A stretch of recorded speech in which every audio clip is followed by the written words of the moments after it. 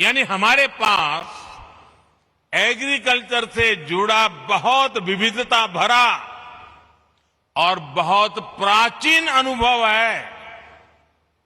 इस अनुभव का लाभ विश्व के अन्य देशों को भी मिले, इसके लिए इक्रिसेट जैसे संस्थाओं को भी अपने प्रयास बढ़ाने होंगे। आज हम देश के करीब 170 डिस्ट्रिक्ट्स में ड्राउट प्रूफिंग के समाधान दे रहे हैं। क्लाइमेट चैलेंज से अपने किसानों को बचाने के लिए हमारा फोकस बैक टू बेसिक और मार्च टू फ्यूचर दोनों के फ्यूजन पर है। हमारा फोकस देश के उन 80% से अधिक छोटे किसानों पर है जिनको हमारी सबसे अधिक जरूरत है। इस बजट में भी आपने नोट किया होगा कि नेचुरल फार्मिंग और डिजिटल एग्रीकल्चर पर अभूतपूर्व बल दिया गया है। एक तरफ हम मिलेट्स, मोटे अनाज का दायरा बढ़ाने पर फोकस कर रहे हैं, केमिकल फ्री खेती पर बल दे रहे हैं, तो वहीं दूसरी तरफ सोलर पंप से लेकर किसान ड्रोन्स तक की खेती में आधुनिक टेक्नोलॉजी को प्रोत्साहित कर रहे हैं। आजादी के अमृतकाल यानी आने वाले 25 वर्ष के लिए एग्रीकल्चर ग्रोथ के लिए हमारे विजन का ये बहुत अहम हिस्सा है। साथियों, बदलते हुए भारत का एक महत्वपूर्ण पक्ष है डिजिटल एग्रीकल्चर। यह हमारा फ्यूचर है और इसमें भारत के टैलेंटेड युवा बहुत बेहतरीन काम कर सकते हैं। डिजिटल टेक्नोलॉजी से कैसे हम किसान को एम्पावर कर सकते हैं, इसके लिए भारत में प्रयास निरंतर बढ़ रहे हैं। क्रॉप असेसमेंट हो, लैंड रिकॉर्ड्स का डिजिटाइजेशन हो, ड्रोन के माध्यम से इंसेक्टिसाइड्स और न्यूट्रिएंट्स की स्प्रेइंग हो, ऐसी अनेक सर्विसेज में टेक्नोलॉजी का उपयोग, आर्टिफिशियल इंटेलिजेंस का उपयोग बढ़ाया जा रहा है। किसानों को सस्ती और हाई टेक सर्विस देने के लिए एग्रीकल्चर रिसर्च से जुड़े इकोसिस्टम्स और प्राइवेट एग्रीटेक प्लेयर्स के साथ मिलकर के काम हो रहा है। सिंचाई के अभाव वाले इलाकों में किसानों को बेहतर बीज, ज्यादा पैदावार, पानी के मैनेजमेंट को लेकर आईसीएआर और इक्रिसेट की पार्टनरशिप सफल रही है। इस सक्सेस को डिजिटल एग्रीकल्चर में भी विस्तार दिया जा सकता है। साथियों, आजादी के अमृत काल में हम हायर एग्रीकल्चर ग्रोथ पर फोकस के साथ ही इंक्लूसिव ग्रोथ को भी प्राथमिकता दे रहे हैं। आप सब जानते हैं कि कृषि के क्षेत्र में महिलाओं का योगदान बहुत अहम है। उन्हें सब प्रकार की मदद देने के लिए स्वयं सहायता समूहों के माध्यम से भी प्रयास किया जा रहा है। खेती में देश की एक बहुत बड़ी आबादी को गरीबी से बाहर निकालकर बेहतर लाइफस्टाइल की तरफ ले जाने का पोटेंशियल है। ये अमृतकाल कठिन भौगोलिक परिस्थितियों में खेती करने वाले किसानों को कठिनाइयों से बाहर निकालने के नए माध्यम भी मुहैया कराएगा। हमने देखा है सिंचाई के अभाव में देश का एक बहुत बड़ा हिस्सा ग्रीन रेवोल्यूशन का हिस्सा नहीं बन पाया था। अब हम दोहरी रणनीति पर काम कर रहे हैं। एक तरफ हम वाटर कंजर्वेशन के माध्यम से नदियों को जोड़कर एक बड़े क्षेत्र को इरिगेशन के दायरे में ला रहे हैं।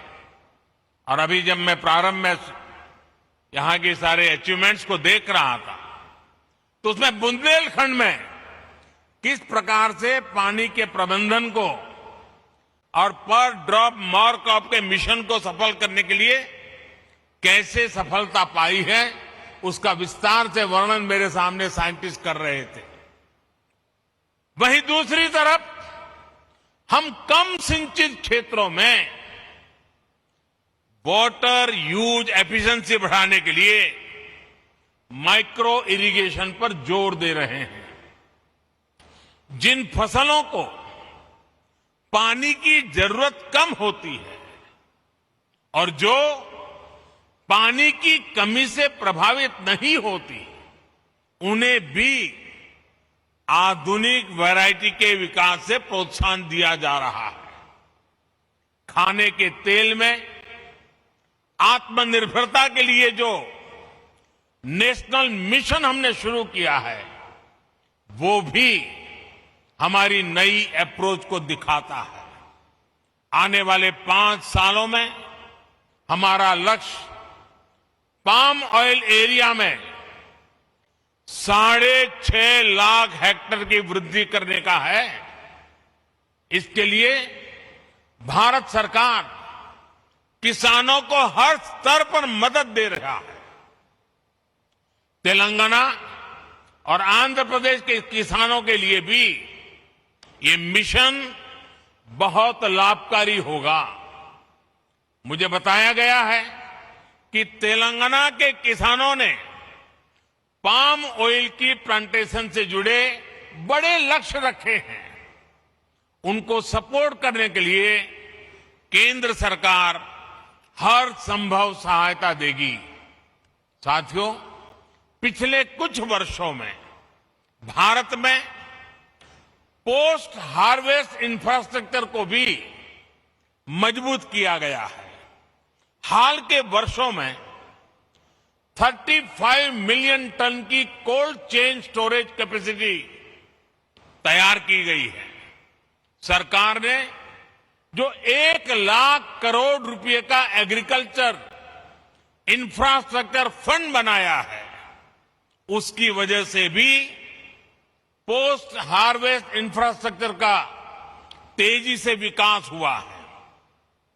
आज भारत में हम एफपीओस और एग्रीकल्चर वैल्यू चेन के निर्माण पर भी बहुत फोकस कर रहे हैं। देश के छोटे किसानों को हजारों एफपीओस में संगठित करके हम उन्हें एक जागरूक और बड़ी मार्केट फोर्स बनाना चाहते हैं। साथियों, भारत के सेमी एरिड क्षेत्रों में काम करने का इक्रिसेड के पास एक रिच एक्सपीरियंस है। इसलिए सेमी एरिड क्षेत्रों के लिए हमें मिलकर किसानों को जोड़कर सस्टेनेबल और डाइवर्सिफाइड प्रोडक्शन सिस्टम का निर्माण करना होगा। अपने अनुभवों को ईस्ट और साउथ अफ्रीका के देशों के साथ शेयर करने के लिए एक्सचेंज प्रोग्राम भी शुरू किया जा सकता है। हमारा लक्ष्य सिर्फ अनाज का प्रोडक्शन बढ़ाना ही नहीं है। आज भारत के पास सरप्लस फूड ग्रेन है, जिसके दम पर हम दुनिया का इतना बड़ा फूड सिक्योरिटी प्रोग्राम चला रहे हैं। अब हम फूड सिक्योरिटी के साथ साथ न्यूट्रिशन सिक्योरिटी पर फोकस कर रहे हैं। इसी विजन के साथ बीते 7 सालों में हमने अनेक बायो फोर्टिफाइड वेराइटीज का विकास किया है। अब अपनी खेती को डाइवर्सिफाइड करने के लिए अपने सूखा प्रभावित क्षेत्रों में अधिक उत्पादन के लिए बीमारियों और कीटों से अधिक सुरक्षा देने वाली रिजिलिएंट वैरायटीज पर हमें ज्यादा से ज्यादा काम करना है। साथियों, इक्रिसेट, आईसीएआर और एग्रीकल्चर यूनिवर्सिटी के साथ मिलकर एक और इनिशिएटिव पर काम कर सकता है। ये क्षेत्र है बायोफ्यूल का। आप तो स्वीट सोरगम उस पर काम करते रहे हैं। आप ऐसे बीज तैयार कर सकते हैं जिससे सूखा प्रभावित किसान या कम जमीन वाले किसान अधिक बायोफ्यूल देने वाली फसलें उगा सके। बीजों की प्रभावी डिलीवरी कैसे हो, उनके प्रति विश्वास कैसे पैदा हो, इसको लेकर भी मिलकर हम सबको साथ मिलकर के काम करने की जरूरत है। साथियों, मेरा विश्वास है कि आप जैसे इनोवेटिव माइंड्स की मदद से, पीपल्स पार्टिसिपेशन से और सोसाइटी के कमिटमेंट से हम एग्रीकल्चर से जुड़ी तमाम चुनौतियों पर विजय प्राप्त कर पाएंगे। भारत और दुनिया के किसानों का जीवन बेहतर बनाने में आप ज्यादा समर्थ हो, बेहतर से बेहतर टेक्नोलॉजिकल सॉल्यूशन देते रहें।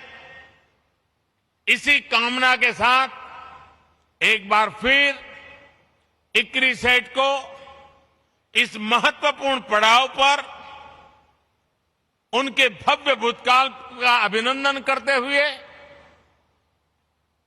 उज्जवल भविष्य की कामना करते हुए, देश के किसानों की आन बान शान के रूप में आपका ये पुरुषार्थ काम आए, इसीलिए मेरी बहुत बहुत शुभकामनाएं, बहुत बहुत बधाई। धन्यवाद।